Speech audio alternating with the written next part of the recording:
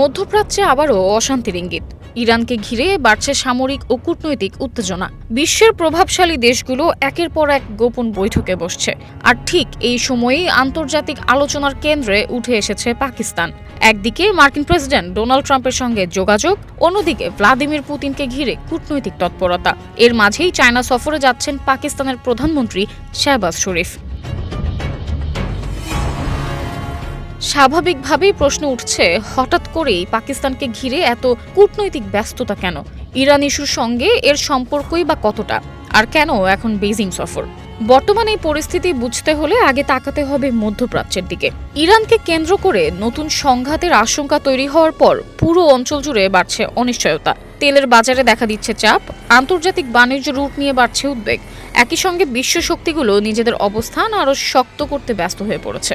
কারণটা সবাই জানে, মধ্যপ্রাচ্যে বড় ধরনের যুদ্ধ শুরু হওয়া মানে তার প্রভাব শুধুই অঞ্চলের মধ্যেই সীমাবদ্ধ থাকবে না, বিশ্ব অর্থনীতির ওপরও পড়বে বড় এক ধাক্কা। আর ঠিক এখানেই নতুন করে গুরুত্বপূর্ণ হয়ে উঠছে পাকিস্তান। অনেকের কাছে পাকিস্তান শুধু দক্ষিণ এশিয়ার একটি মাত্র রাষ্ট্র, কিন্তু বাস্তবে দেশটির ভূকৌশলগত অবস্থান অনেক বেশি গুরুত্বপূর্ণ। চায়নার অন্যতম ঘনিষ্ঠ মিত্র হওয়ার পাশাপাশি মুসলিম বিশ্বের পারমাণবিক শক্তিধর দেশগুলোর একটি পাকিস্তান। এছাড়া আফগানিস্তান, ইরান, ভারত এবং আরব অঞ্চলের সংযোগস্থলের কাছাকাছি অবস্থান করায় আঞ্চলিক রাজনীতিতে পাকিস্তানকে সহজে পাশ কাটানো যাচ্ছে না। বিশেষ করে চায়নার জন্য দেশটির গুরুত্ব অনেক বেশি, কারণ চায়নার বহু বিলিয়ন ডলারের সিপিইসি বা চায়না পাকিস্তান ইকোনমিক করিডোর প্রকল্পের কেন্দ্রেই রয়েছে পাকিস্তান। আর এই করিডোরের মাধ্যমে চায়না সরাসরি আরব সাগরে প্রবেশের সুযোগ পাচ্ছে, যা শুধু বাণিজ্যের জন্য নয়, বরং ভবিষ্যতের জ্বালানি নিরাপত্তা ও সামরিক কৌশলের দিক থেকেও অত্যন্ত গুরুত্বপূর্ণ। তাই অনেকেরই ধারণা, শাহবাজ শরীফের এই বেজিং সফর নিছক আনুষ্ঠানিক সফর নয়, এর আড়ালে থাকতে পারে বড় ধরনের কৌশলগত আলোচনা। এই আলোচনায় সবচেয়ে বেশি গুরুত্ব পাচ্ছে তিনটি বিষয়: প্রথমত নিরাপত্তা, দ্বিতীয়ত জ্বালানি ও বাণিজ্য, তৃতীয়ত ভূ রাজনৈতিক সমীকরণ। ইরান পরিস্থিতি আরও জটিল হলে পুরো অঞ্চলের নিরাপত্তা পরিস্থিতি অস্থির হয়ে উঠতে পারে। এমন অবস্থায় চায়না চাইবে পাকিস্তানকে পাশে রাখতে।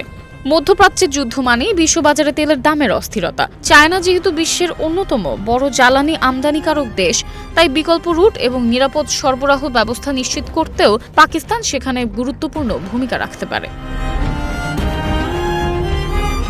এছাড়া বর্তমান বিশ্বে যুক্তরাষ্ট্র, রাশিয়া ও চীনের মধ্যে নতুন ধরনের শক্তির প্রতিযোগিতা তৈরি হয়েছে। আর এই প্রতিযোগিতায় পাকিস্তানকে নিজেদের বলয়ের মধ্যে রাখতে চাইছে প্রায় সবাই। সবচেয়ে গুরুত্বপূর্ণ বিষয় হলো, একসময় অর্থনৈতিক সংকট, রাজনৈতিক অস্থিরতা এবং নিরাপত্তা ইস্যুতে চাপে থাকা পাকিস্তান এখন আবারও আন্তর্জাতিক কূটনীতির গুরুত্বপূর্ণ আলোচনায় উঠে এসেছে। চায়না এখন শুধু পাকিস্তানের সঙ্গে সম্পর্ক বজায় রাখতেই আগ্রহী নয়, বরং মধ্যপ্রাচ্যে সম্ভাব্য অস্থিরতার আগেই একটি শক্তিশালী আঞ্চলিক সমীকরণ গড়ে তুলতে চাইছে বলেও মনে করছেন অনেকে। Samiha Majumdar, one digital desk.